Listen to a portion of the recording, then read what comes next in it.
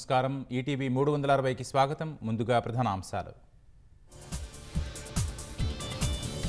రాష్ట్ర అభివృద్ధి ప్రణాళికల్లో భాగస్వామ్యం పంచుకోండి. సీఎం రేవంత్ విజ్ఞప్తిపై ప్రపంచ బ్యాంకు సానుకూల స్పందన. అమెరికాలో కొనసాగుతున్న ముఖ్యమంత్రి పెట్టుబడుల వేట. జీనోమ్ వ్యాలీలో 400 కోట్లు పెట్టేందుకు వివింటి ఫార్మా అంగీకారం. మరో 36 PACSలలో రుణమాఫీ అవకతవకలు గుర్తింపు. అన్ని చోట్ల ఆడిటింగ్ నిర్వహించాలని సహకార శాఖ నిర్ణయం. వసతి గృహాల్లో ఆహారం తిని విద్యార్థులు ఆసుపత్రుల పాలు. ఉమ్మడి పాలమూరు జిల్లాను కలవరపెడుతున్న వరుస ఘటనలు. కోల్కతా నుంచి హైదరాబాద్కు రైళ్లలో బంగ్లాదేశీయులు. నిఘా వర్గాల హెచ్చరికలతో పోలీసుల ముమ్మర తనిఖీలు.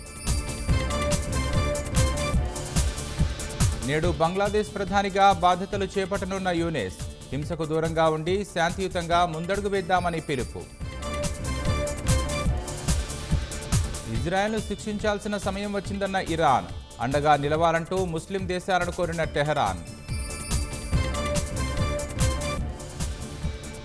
రెజ్లింగ్కు వీడ్కోలు పలుకుతున్నట్లు వినేష్ ఫోగట్ ప్రకటన. అనర్హతపై కోర్ట్ ఆఫ్ ఆర్బిట్రేషన్లో సవాల్.